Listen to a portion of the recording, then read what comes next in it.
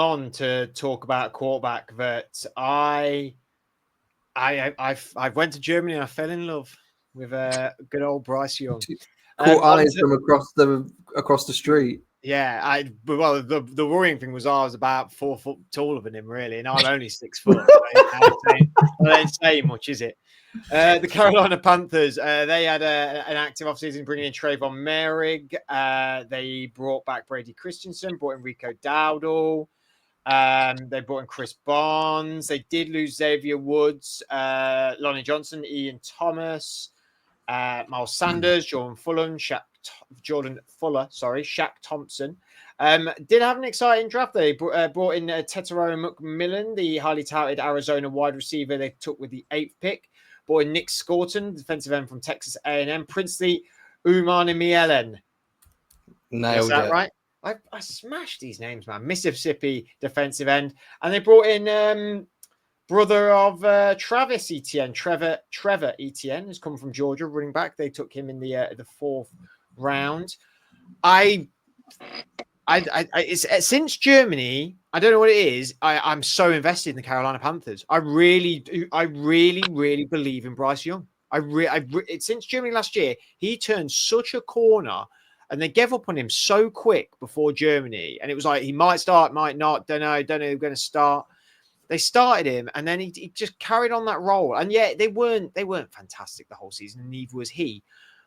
But it was the game. I think Dave Canales went, you know what, we've got something here. Even though it was a terrible, terrible game in Germany, but yeah, I agree. It wasn't even in Frankfurt either. It was in Munich. I don't know what I'm even talking about. It's because we had such a good time, Fred, in Frankfurt. When we think of Germany, that's what we think of. Despite that, I legit was for a second was like, yeah, we did have a good time in Munich, and then remembered I was on my own the whole time. Yeah, you weren't. You were Bryce Young. Well, yeah, I did. We did party on. I did see him eating German kebab in a few days before the game. So that's been the turnaround. Dave Canales has done a Mourinho with like Lukaku. Go bulk yourself up, mate. Yeah. You can't add height though, no matter how much German doner kebab you eat. No, but if you have a few dodgy kebabs, you're jumping around in the pocket, aren't you? So we can see a bit higher. He's giving it over the lineman. He's giving it the large end. I think you said Tet McMillan is a dynamic target that he needs. Gives them, I don't know, like a DK Metcalf type run after the catchability. Adam's doing the eyebrow thing, but I don't know. I think that they're similar. Dave Canales, you know why I'm invested as well, Fred? Because he was the OC in Tampa, and then obviously he's become head coach, and then their OC is who was the wide receiver coach, Brad Idzik. So they've still got that continuity there, and I think it's a perfect time to develop not just Bryce Young, but Xavier Legette. There's Coca. And then they've got people like Phelan and Hunter Renfro who can teach those younger guys. And then the guy who I'm excited to see, and it is because he's on one of my dynasty rosters. He got a bad injury last year, but he was starting to emerge. Jatavion Sanders, the young tight end.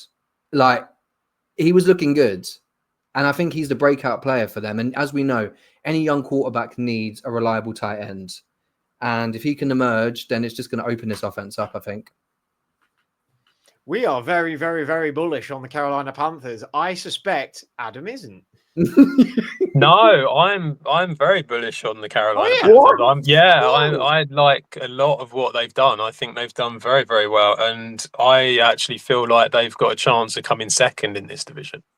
They've really sorted out their main problem, which was the defense.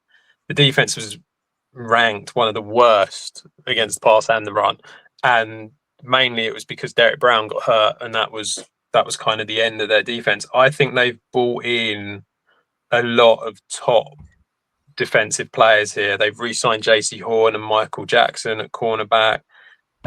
They've actually got the most expensive inside defensive line rotation in the whole of the NFL. So, that says a lot. I think the McMillan pick, I wouldn't have DK Metcalf as his comp. I would probably go more Mike Evans because he actually goes up and gets the ball, whereas for DK Metcalf just runs quickly. I think they, again, with the defense where they have problems, edge rusher, they struggled with the pass rush. They've gone and got themselves 2 really good pass rushers in this draft in round 2 and 3. And in theory, the defense should improve a lot because of it. And I think that really does make a big difference for them. I think that them having a winning record in this division isn't out of the question. I really think they've got the ability to do that. They haven't got the worst schedule in the world. And I think, as you were saying, when it comes to Bryce Young, I think that something has clicked there. And actually, the one set of the one set of highlights of preseason games that I have watched was the Panthers against the Browns, because Andrew kept banging on at me about bloody watching Shedeur Sanders. So it's the one set of highlights that I have seen. And Young was out there for the first quarter with McMillan, and he looked so composed. And I know it was against the Browns and they're not very good, but just he was such a more composed quarterback compared to what we have seen in the past. And he had one throw up to McMillan, and it's the one thing they haven't been able to do. He literally just went up and caught it, and it's an out ball that he's not had before. And all of a sudden, there was space for other guys, and Jalen Coker's got a touchdown, and you've got Chuba Hubbard, who I think is an underrated running back in this league. And they're not going. I don't think they're a playoff team. I don't think they are going to be amazing, but I do think that they have the potential to really improve a lot from that 5-12 of last year, and they've made a lot of good moves. I think what I noticed a lot about all these 4-team schedules is that it's not a bad schedule for all 4 of them, really. Yeah. It's just, well, the Saints being what the Saints are, it's any schedule would be bad. They can play against an empty stadium. That team might lose. Spoiler alert for him to talk about Saints. But Carolina are one of them teams which I put in the category where they could have a losing record, and if they look like they're going in a direction, you'd be as a fan, you're happy. They could win. They could win 6 or 7 games, and I think you go, but look at what we're doing something here. You know, like we've talked about it in a couple of these episodes where the fine margin games, like Vikings a couple of years ago, couldn't do it. Then last year did it all the time. There's other teams last year that lost a lot of games by very close points. It wouldn't shock me if these guys do win like 6 games and there's 5 games out there that they lost by 6 or less. Yeah, that's quite possible. Yeah. Yeah. I mean, I'd put good money on that, to be fair. They seem to have it coming together, and they've got their idea going. You know, they're getting more depth at wide receiver. Like you said, Chuba Hubbard's a good running back as well. What do we need to see from Bryce this year? Is it just a bit more maturity in the pocket, a little bit more composure, a little bit more, keeping his, moving around, using a little bit of his movement? What do we need to see? Yeah, I think all of that makes sense. That's what you want to see. I think you've got to remember that it wasn't actually that many games where he had improved in that season. It kind of felt like he lost half of the season last year, and then all of a sudden it clicked. And for whatever reason, it's just taken him an extra season compared to what it does with quite a lot of quarterbacks when they first come in the league. So I think it is being able to sort of like come out of the pocket, use your legs, throw on the run sort of thing and stuff like that. That was what I saw just in that one quarter. That was what the touchdown was. He literally, he was in the pocket, he comes out, comes round, and then he throws it. And it's just that thing where it's like, he didn't panic. He wasn't sort of like worried about getting hit. It's like everything had slowed down and he just sort of knew how to do it. And I think that part of the reason why we all probably feel quite sort of we want to see him succeed is because how much that first season just felt like a complete disaster, and that it was one of them things where everybody had written him off as if that was it was done. And so the fact that you're now starting to see these little steps, he's not the finished article by any stretch, and I think there's probably a limit with him. Like, I think you'll only get so much, but I think that he certainly has the potential to turn a 5-12 team into like a 8-9, 9-8, that kind of record. So, yeah, I think that's what you want to see from him, and it's just constantly progressing, isn't it? Anything to add, Sky, about the Carolina team? No, I'm just excited to see Young, like we said, with the weapons around him. He won't need to air it out every game, but I think he has the confidence now that he can feel like that he can do that.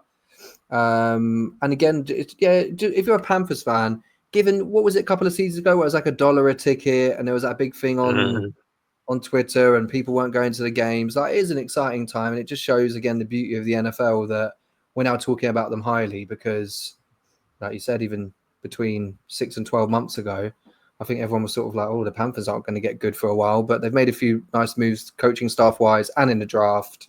So yeah, good on them. And nice that, I guess it just leaves the Saints lonely, doesn't it, to be the awful team. I've sort of set us up for the switch over there. But yeah, I'm glad that I'm in agreement with Adam that they probably can be pushing the Bucks the closest. I mean, I personally wouldn't commit to that, but I just think the division is open and the schedule's nice. So who knows what could happen?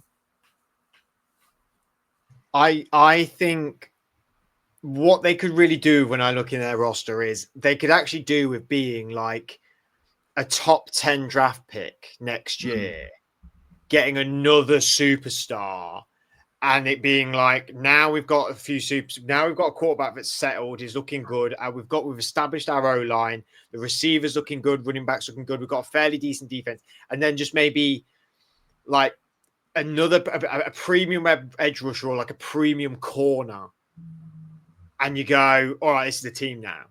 They've all got together, they've progressed, they've gone in the right way. They just need one more young, big talent that's going to be there for a while, that's in a key spot, like an edge rusher or a corner, I think. And then you go, right, this team's going now. And I think if they have that and if they progress that way, again, like we spoke about with, what team was it? The Patriots, sorry. A team where people suddenly go next offseason, they go, wow, they've got something going on over there. Maybe I should go over there and find out what it's all about. Because I think Dave Canales can coach as well. I think he's got a good offensive brain. I think he's just putting it together. I'm hoping. I know David Tepper, their owner, is a bit of a savage. He cuts and gets rid of people here, left, right, and center. So I do hope, even if they did go for a losing record, I know it would upset him, but I think you've got to be looking at if there's the positives there, and I definitely think there is going to be. I'm hearing two things, Fred. Somehow put Luke Kuechly in a time machine, bring him back healthy for the Panthers, and 2 years book it Patriots-Panthers Super Bowl, and we'll win 32-29 again. Sorry, I can help myself. You cannot help yourself in this podcast, can you? You cannot help yourself. Anything to get under the skin of your fellow colleagues. It's just terrible.